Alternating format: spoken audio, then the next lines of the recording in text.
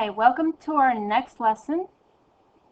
But before we do that, we're going to do a recap of lesson 1, which was single-step equations. And what you've learned was to solve, you have to isolate a variable by using the inverse, which is the opposite operation. So we're just going to review the, turn on my thing. I'm just going to review the 4 different types of operations that we use, which is addition, subtraction, multiplication, and division. So since we are using addition, we would subtract the 15 on both sides in order to solve for m, and our m would be negative 16. When you have a minus in front of parentheses, you will do distribution. You have that invisible 1 that's there. So you just distribute, that would become a positive. And then you subtract 9 on both sides to get you negative 15. When it comes to multiplying, the inverse, or the opposite, is dividing. So you would divide negative 14 on both sides, and with a negative divided by a positive divided by a negative, you'll get a negative. And in this case, this is p negative 3 for p. And when you're dealing with division, if you have a number, whatever number you have in the denominator, you're going to multiply it on both sides. What you do on one side, you do on the other. So that will cancel this out. You're left with p, and then you'll get 99. And that was it. So let's move on to lesson number 2, which is multi-step equation. And the objective is, how do we solve multi-step equations? So multi-step equations are equations with more than one operation, solved by working backwards to undo each operation. So for this one, when you are dealt with this type of equation, work with the coefficient first. You're trying to put all your like terms together, so that way you can solve for the variable. So in this case, you would add 17 on both sides. And this will give you, you bring down the 7m, and then this will give you 77. And then, since you're multiplying, the opposite is dividing. And then you get your answer. So that's just multi-step. Basically, you're doing more than one operation in order to solve the equation. In this case, when you see a variable with the coefficient, leave that for last. Work with the coefficient, the number by itself. So that will be negative 21. You're going to subtract 21 on both sides, I should say. Then this would be t over 8 equals, since 21 is a bigger number and has the sign, you're going to keep that sign, and then you're going to subtract. That should give you 7. And then now, since you have, remember that whatever number is in the denominator is what you're going to try to get rid of. So you're going to multiply, so you can cancel that 8 on that side and then bring it to the other side. What you do in one, you do to the other. So then that will give you negative 56 for t. And if you're not sure if you got the right answer, you can always check your work. So if I'm just going to do that on the side, I'm going to plug in what I found for t, plug it into the equation, and see if I get 14 on the other side. This will give me negative 7 plus 21. When I do the operation, the 14 equals 14. Checks out. So that means my answer is correct. So again, you've learned this in middle school. You do the work, check to see if you got the right answer. Alright, moving on to the next one.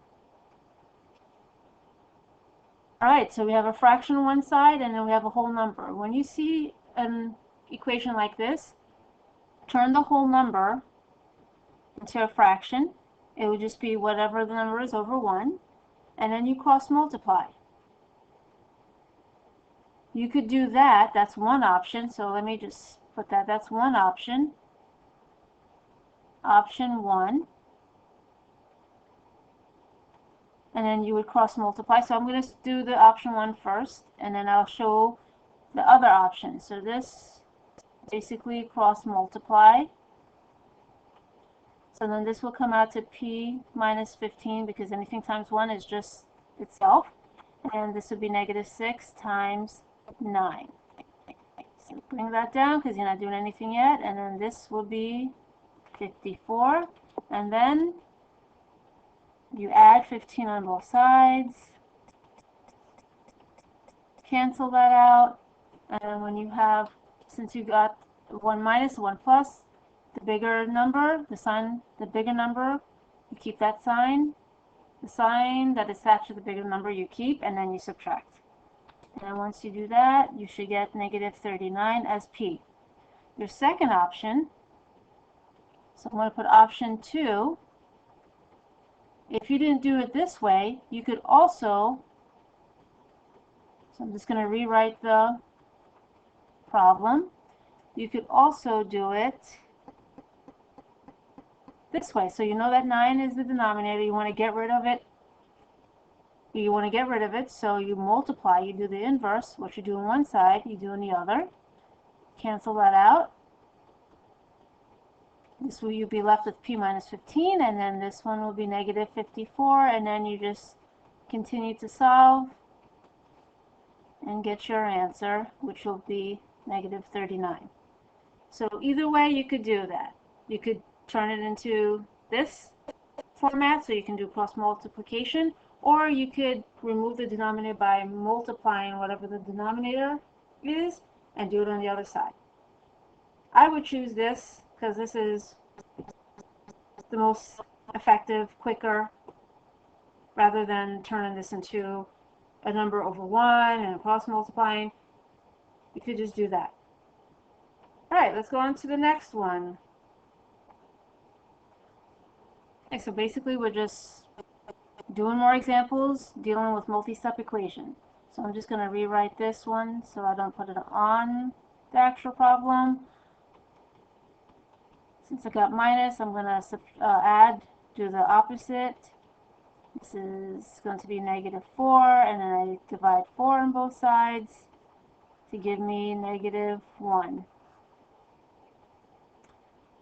This one, I'm just going to rewrite it and then solve. Work with the coefficient first. So I'm doing the opposite, which is add in. Bring this down. Oops, that should be a 2.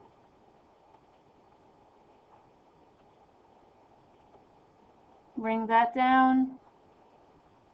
And then add that. Since this is a fraction, I want to have a by itself. I want to do the reciprocal of that. And what I do on one side, I do on the other side. I multiply on this side, multiply on the other side. That cancels out. And then look at to see if you can like reduce anything. If there's nothing you can reduce to make this easier to work with, then you just straight multiply numerator, be 38, and it's over 3. And that can't be reduced, that's the simplest form. And let me just remove, select that, and remove this. This one was turned into a mixed number. If you want to turn it into a mixed number, that's fine. If you want to leave it as an improper fraction, that's fine. As long as it matches up, it makes sense, they're equal, then you're okay. Alright, next one. So for this one, we have 2 in the denominator, negative 2 I should say, and then we just try to get rid of it. We multiply and bring whatever is left over on that side, and then this would be 34. You subtract 4 on both sides, and then you get 30. Same thing with this one, negative 2 is your denominator, but first you work with the coefficient, put your like terms together, so you're subtracting 4 on both sides.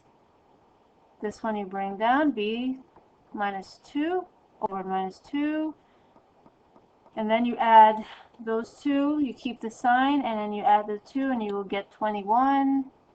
And this one, you need to get rid of the 2 so you can cancel it out and bring it to the other side by multiplying it. Minus times a minus, negative times a negative gives you a positive. So that would be 42. Should box these. And then, okay, next one. So if you get the gist of this, you can move ahead. Because I think there is word problems with this. So move ahead to the word problem section. If you are we still need a little bit more practice, then stick with me. So now we're solving. Again, we're doing the inverse. Bring this down, combine the like terms, divide on both sides to get rid of 5 and have n by itself. Same thing with this. We're going to subtract 7 on both sides. Cancel that out. Bring this down. Add like terms. Divide 3 on both sides. And then you get your answer. Move this and move that. Okay, same thing. Now it's the same repetitive work. I'm just going to go through it. It doesn't hurt to practice. Because usually where most students make mistakes is with the signs. So like in this case, this is the bigger number, so we keep that sign, and then you're going to subtract, and then that will give us a 49. And then we divide, and then we get a -7. You could have it like that, or have g equals -7, either direction, that's fine. Okay, so we do this first. Subtract 5 on both sides. Like I said, doing practice of this doesn't hurt, because I've seen where most students start off with this. They subtract or add this on both sides, do whatever weird math stuff, and you come up with some oddball answer that makes no sense. So that's why you may say, oh, this is easy. But again, mistakes can happen like that. Silly mistakes. Like this, and then it's fine. Okay. So I'm just again rewriting this. And in this situation, I've seen where, again, like I said, adding or subtracting this portion, or taking this number and then subtracting and doing some weird thing. No. Do the coefficient first. That cancels out. Gives you this, and then you have -5. My phone is blowing up, so let me turn down the volume. Sorry about that. Okay, continue. And then now, since it says -a, don't forget about the negative. If there's a negative on that side and you want to have the variable by itself, make sure you are multiplying that negative with that number to get everything, to get rid of the negative and the number, so you're left with the variable. And then next one. Add the 9 on both sides. You're doing the coefficient first. Don't forget, if there's a negative in front of the variable and the fraction in the variable, bring that down. Don't ignore it. And this one, again, this has a negative. Multiply the negative with the number, so you can leave the variable by itself. You don't want a negative attached to it or anything else, just the variable. This will become -56. And we go. Let's see. We got a few more. So I'm going to go to the decimals. Right, so I'm just going to rewrite that. So you got to pay attention with decimals also, but you're using the calculator, but again, you still have to do the same procedure. Don't forget about the decimal. So this one you add in, so this would be 2.1, and then you divide. And be careful when you enter your decimals on the calculator. Placement is important because it will change your answer completely.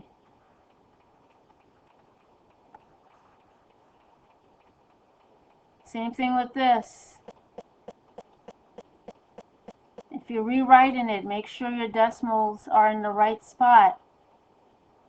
Or they're in the right spot and you don't forget about them.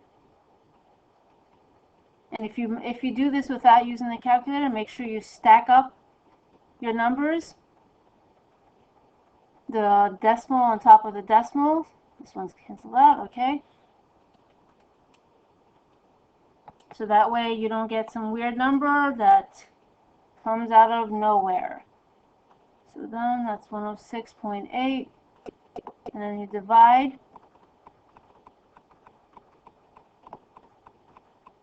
And if you're working with negative numbers, don't forget about your negative numbers. Negative 42.72. And move that. And this. Even if you're working with fractions, pay attention to your signs. Pay attention to the decimal,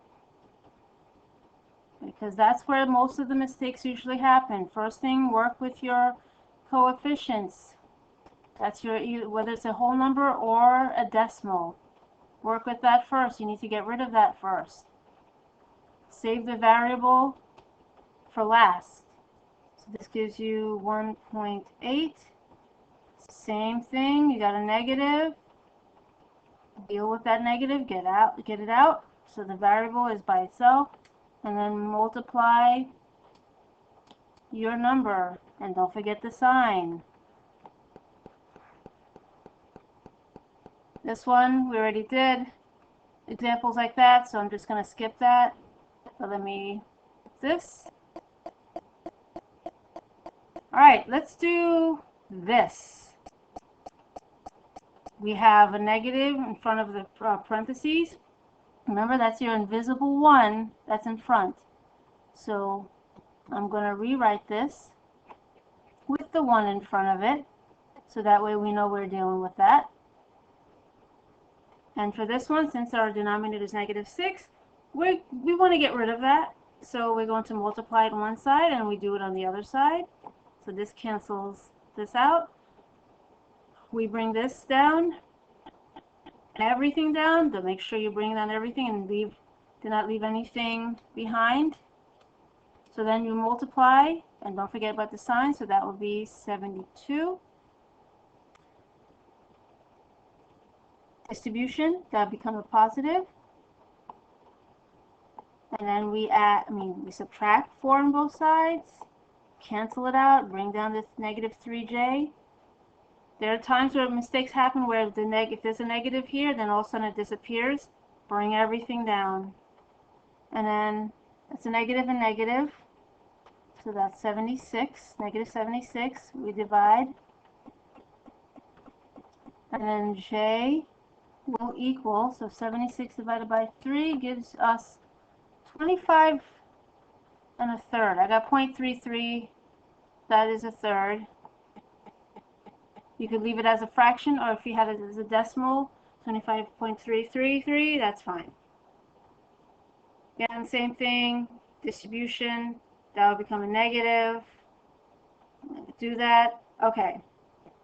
Let's go to checkpoint 19. It asks us which choice is not a step. you would take to solve the equation 4 minus x over 2 equals 0. So if you were to solve this, I'm going to write that on the side. So let's put 4 minus 2, x over 2 equals 0. So which choice would not be a step? First one, you add negative 4 to both sides of the equation. Yeah, that you can do. You would actually do that. You add in, it says subtract 4 on both sides. Actually, let's see if this, we'll keep that there, but let's do that first. Divide both sides by negative 2. Multiply each term by negative 2 and subtract 4 from both sides. Alright, so for the first one, add negative 4 to both sides. Basically, when you're saying add, you would do like this, add negative 4. So if you were to do that this way, and then you did the distributive property, yeah, it would come out to negative 4. This would be correct. So that's correct. So it is a step. So we're not going to use that. And then down here it says subtract 4 from both sides.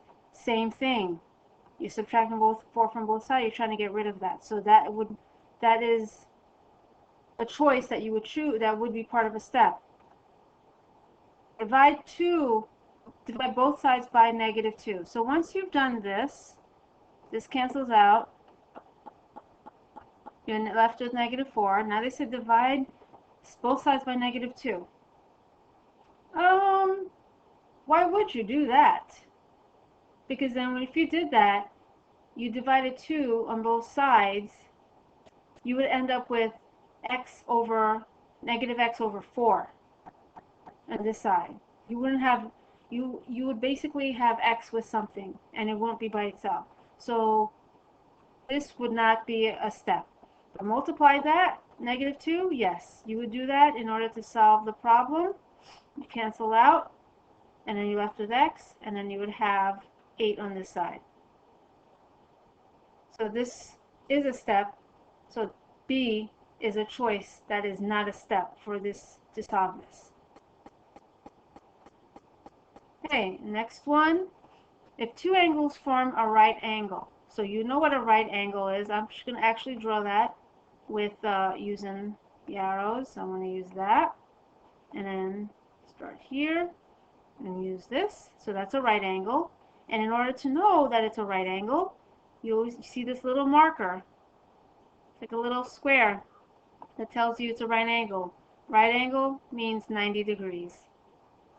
So if two angles form a right angle, and I'm going to put another one, so it doesn't matter how it looks. So if one is 2x plus 5, so let's say this one's 2x minus 5, plus minus 5, and the other is 3x, write and solve. So you're going to write, that's the first thing, and then you're going to solve. 2, an equation to find x and the measure of both angles. The measure of both angles. So you're writing the equation. There's a lot of things you're doing. You're writing, you're solving to find x and the measure of the angles. So this whole thing is 90. So these two together, you would add them because both of these expressions equal 90. Then you wrote the equation. Now you solve. Combine your like terms. You're doing the multi-step equation. So you add in 5 on both sides. Do not try to break up the 5 and the x by subtracting. That's a big no-no, and I've seen that a lot. So work with the coefficient, like terms. Bring down the 5x. This would be 95. Then, in order to break this up, you divide. If something's being multiplied, the way to break them apart, to divorce them, is to divide. So then when you do that, 95 divided by 5, it gives you 19. So you found x. And I know a majority of you would stop at here and forget that you needed to plug in the x to find your measure. So now I'm going to do that by using red. So for here, I'm going to put 2 times 19 minus 5. And then I'm going to get my answer. So 38 minus that gives me 33. And then this one, 3 times 19. That I will use the calculator, and it gives me 57. And if you were to add up these two degrees, two measure angle degrees, it will give you 90. So you found x and you find the two angles. Right. Let's see, are we at the end? Yes, we are. All right. So as a recap, basically we were doing multi-step equations. It involves more than one operation. So when you have an equation like this, work with the number that's by itself, bring it to the other side. So that with the variable, if its coefficient is on the other side by itself, and then you divide in order to divide or multiply, depending on what the situation is on that side, to find your answer. So in this case, you had to add, then you divide it in order to have the variable by itself. And in this case, you multiply, you subtracted on both sides, then you multiply to get rid of the denominator. So anytime you see a fraction, you see whatever the denominator is, you multiply that number on both sides. So that way the variable is by itself, and then you can solve for that unknown variable. And so mostly we did that. And again, with word problems, pay attention to what they're asking you, what they're giving you, write it down, label, draw, everything you need to do in order to find what they're asking you for. And if there's two steps, like write and solve for two different things, solve for both of them. Don't solve for one. Because if you do that in a test or a project or anything like that, you're going to get points off for that. So pay attention, be careful. All right, so this ends our lesson, and have a good day.